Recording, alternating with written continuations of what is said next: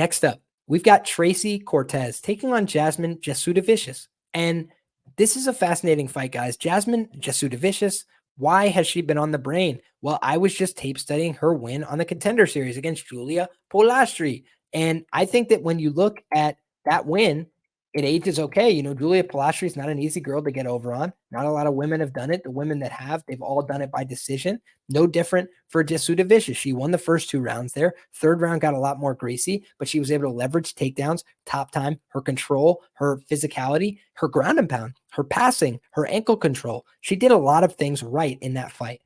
But what you got to understand, in my view, is that Jasmine Jasudavicius has had 2 molds of fights so far in the UFC.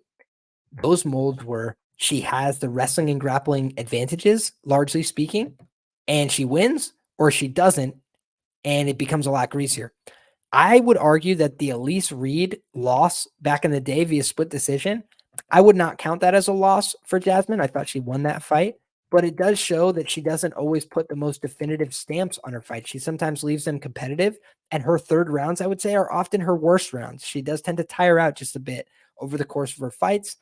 Because she's a big, strong, physical girl. A lot of what she does is wrestling, grappling, heavy game plans, and it does tire her out just a little bit, in my view. You look at that Natalia Silva fight. Silva did a lot of damage, landed a lot of good shots in that fight, but the real reason she won, in my view, is that Jasmine just couldn't get her wrestling off. And her wrestling and her striking, she's kind of like a Frankie Edgar to me. When Frankie's wrestling is playing off of his striking, he's one of the best, right? He's getting you thinking about this. He's hitting you upstairs. Chad Mendez, Money Mendez, right? National champion, was thinking about the takedown, the right hand he never saw coming, over the top, knocks him flush, right? With a girl like Jasmine, she likes to be the bully. She likes to come forward. She likes to dominate you physically. She likes to make you break. She likes to make you second guess yourself and quit. And frankly, the fact that she was able to do that to Miranda Maverick was the one I found really impressive. Fernandez does have really suspect takedown defense. Kay Hansen doesn't have the same level of physicality. Polastri doesn't have great takedown defense. Elise Reed doesn't have great takedown defense. So that's one that's a little bit perturbing as well. But Jasmine is a girl that does put together a pretty good UFC resume. 6-2 overall to the decision. That's very good for WMMA, right? Here's the problem. Tracy Cortez, 8-0 career to the decision. Judges love this girl's style. She went to a split decision with everybody's favorite fighter, myself included, Erin Blanchfield. She got the win in that spot. Very competitive, very back and forth. But I'll tell you what, that's a hard girl to beat. Maria Agapova, Erin Blanchfield, Vanessa Mello, Stephanie Egger, Justine Kish, and Melissa Gatto. That's low-key a hitter's resume, right? Like, Melissa Gatto, very dangerous with her Brazilian Jiu-Jitsu. Very powerful strikes on the feet. Yes, she's lost 2 fights in a row, but that last fight was really close, and it was against another Brazilian in Lipski, who's been putting it together a little bit, starting to come on in the UFC. Stephanie Egger, she got the unanimous decision win there. Egger's another primary grappler. She's a judoka. She's competed at ADCCs. This girl who's a wrestler went out there and out-wrestled her, out-wrestled Gatto. Justine Kish, split decision there, and Cortez came in above the weight limit there by half a pound. She missed weight. Justine Kish is still out there doing the damn thing. 9-6 overall as a pro, so not the best record you've ever seen, but she's still getting wins in Bellator over former champions, over good fighters. So I don't think that Justine Kish is a complete throwaway win either. Vanessa Mello, you kind of take that one for whatever it's worth. The Agapova win, though, that's a fine win, guys. I know it was on Contender Series, and I know Agapova hasn't really fared out that well in the UFC, but she is still a UFC level fighter, technically speaking. And Tracy Cortez, another unanimous decision win there, has not lost since a submission in her very first fight in professional MMA. Prior to that, guys, she racked up amateur experience from 2013 to 2016. So in the Cortez family, this is the one.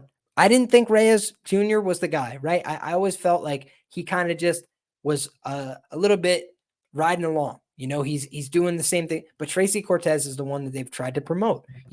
She was with Brian Ortega. Now she's doing her own thing. Canceled bout against Amanda Hebos due to a Cortez medical issue. That's the one thing that makes me really nervous for her here. What the hell was that? Can we get more information about it?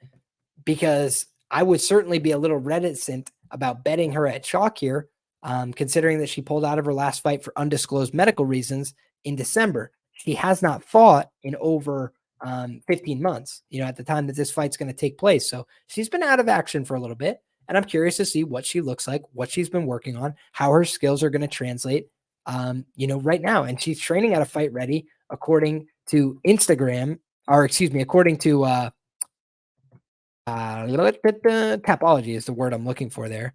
And now I'm looking to see if that is confirmed by her Instagram. It is. So she's been training at Fight Ready, getting in good work.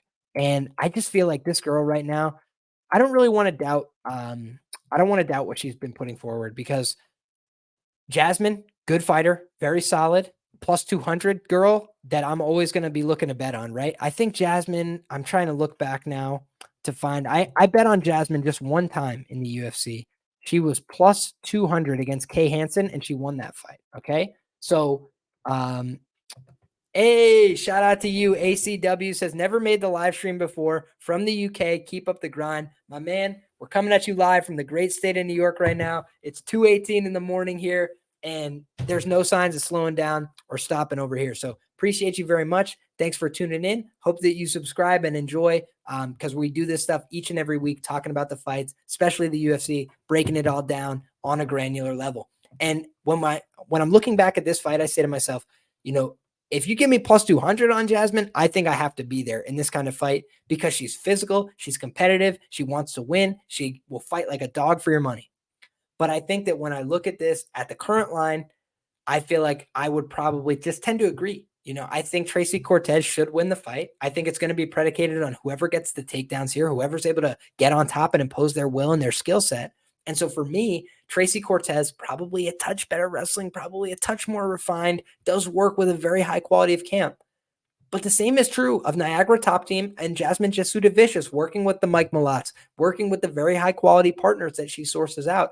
She's a very tough girl. So I don't want to count her out here by any means, but this feels like a Tracy Cortez split decision type victory for me. I think she's probably going to get the better of competitive grappling exchanges, probably get a little bit more top time and control. And for those reasons, I'm going to side ever so slightly with Tracy Cortez here.